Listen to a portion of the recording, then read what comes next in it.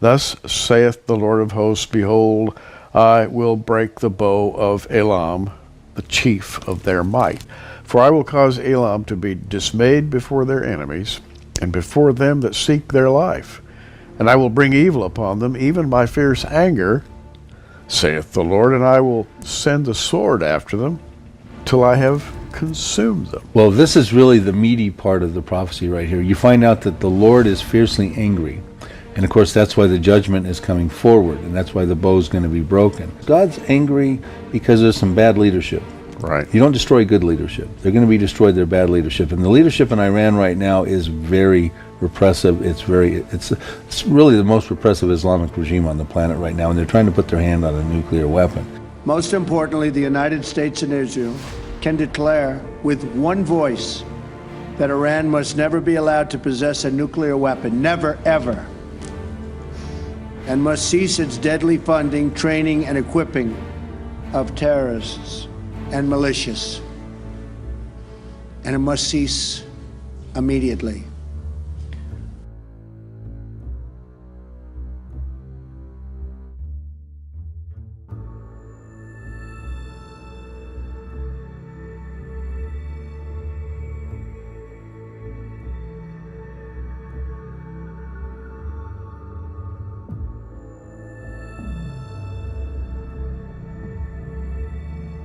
And first of all, let's identify Elam, but also I want to mention the fact that when you see a prophecy in the Bible that is this overt, discreet, then you want to look for it either having been fulfilled at some time in the past or thinking that it might be fulfilled at some time in the future. I've drawn the conclusion that we are looking at a prophecy for our time that is imminent, and as we explore the details of the prophecy, we're going to see that the conditions are ripe right now for this prophecy. Iran has launched a direct attack from Iranian soil towards the state of Israel.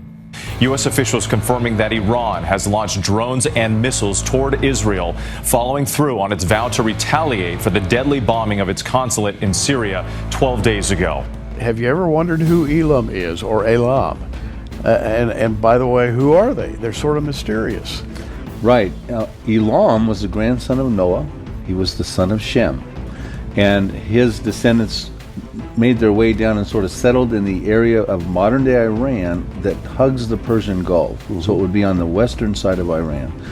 Now, when we look at a map of modern-day Iran, you'll see Elam comprises about 1/5 of modern-day Iran, and ancient Persia makes up the rest. So the other 4/5. Now, Jeremiah writes a prophecy of the latter days about Elam. Well, if it is a prophecy for our time, again, I do sincerely believe that it is a prophecy for our time. We're probably talking about the concerns of missile launching. Even as the drones rained down on Israel, Iran's mission to the United Nations said the matter can be deemed concluded, but warned more violence would come if Israel or the U.S. retaliated. There have been reportedly explosions in the western city of Isfahan. Now, some air carriers have since diverted their flights around that area, and it is worth noting Isfahan is a home to a major airbase for the Iranian military.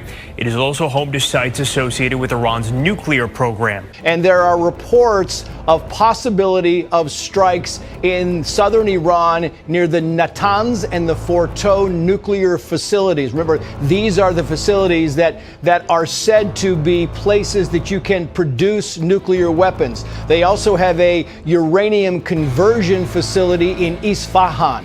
And this is also in southern Iran, and there are reports that there have been airstrikes in that area as well. Local media is reporting explosions in the Iranian city of Isfahan. Isfahan sits about 200 miles to the south of the Iranian capital of Tehran.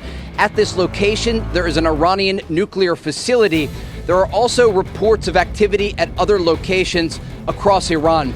So in terms of the targets that were likely hit in any sort of strike and retaliation from the Israelis, you are looking at nuclear research facilities, additionally any sort of IRGC locations across the Middle East in places like Syria and Iraq, and then Iranian backed proxies across the region, and so Iran-backed Iraqi and Syrian Shia militias certainly would be on that target list for the Israelis. The apparent retaliation to an Iranian attack against Israel over the weekend was meant to send a message to Iran that Israel can reach out and touch close to nuclear facilities. Who's the fool in this posture right now? Who looks weak? The regime in Iran looks weak. And a way to pin that down is for Israel to go after Iran's nuclear weapons program, which I think it can destroy or disable in very substantial part, if not totally. Is he's going to draw the four winds from the four quarters of heaven against Elam and scatter them toward all those winds. There will be no nation where the outcasts of Elam don't go.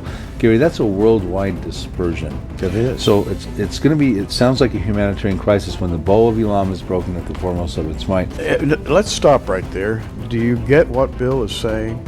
Breaking the bow. Now, this is an ancient idea brought into modern terms. An ancient bow and arrow is a modern ICBM. And to break the bow means to reduce or destroy the enemy's capability to launch those missiles, which, by the way, are zeroed in on Israel. There are those that say that, Jeremiah 49 has been fulfilled in the past. Nothing to see here. It was either fulfilled by Nebuchadnezzar or Alexander the Great. Right there, kind of give us an answer to why you see that as not being accurate. But there's no historical sources that show Nebuchadnezzar II it would be at that time. In the 6th century, or Alexander the Great and the Greek armies in the 3rd century, it caused a disaster that resulted in the Elamites, the indigenous population, being scattered to the countries around the world at that time. And that's what's called for in the prophecy, a worldwide dispersion. There's no historical evidence of that with Nebuchadnezzar II or Alexander.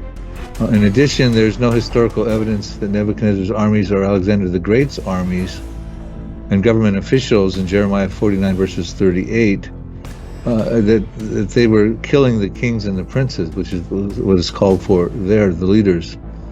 If the complete destruction of Elam does not have to seem been fulfilled in the history, then why can't it be fulfilled in the future? And it says in Jeremiah 49 verses 39 that this will happen in the latter days. It's the same Hebrew words as in Ezekiel 38 that talks about the last days. Now it's interesting because I cover this in my Future War Prophecies book about this historical research and why there's no evidence of these things.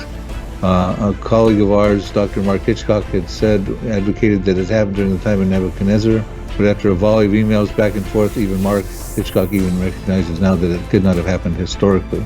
So I do think it's important to get the details out in front of your viewers of what I believe is about to happen because of what Iran's doing right now. They're fiercely angering the Lord. That's what's called for in the prophecy. It says, I will be fiercely angry and I will bring about a disaster in Iran because of my fierce anger. I will break the bow of Elam, that's their missile launching capabilities, at the foremost of their might.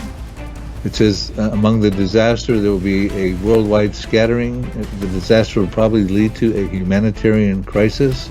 And then it says, I will consume Iran with the sword, and they will be dismayed before their enemies, meaning Iran will have to have a menu of enemies at the time. And look what they've got now. A coalition came together against Iran at this point during their missile interceptions, that invasion recently. So they'll consume them with the sword. It sounds like there might be a ground invasion after the missile launching capabilities are taken out. And then ultimately that leads to a disaster which causes a worldwide dispersion, a humanitarian crisis. But clearly there's a dispersion we're told about, a worldwide dispersion. It says there'll be no nations, plural. If the Elamites do not go, the Iranians of that area will be affected. They will disperse. I do believe this is a prophecy that could happen very soon, maybe even next on the calendar.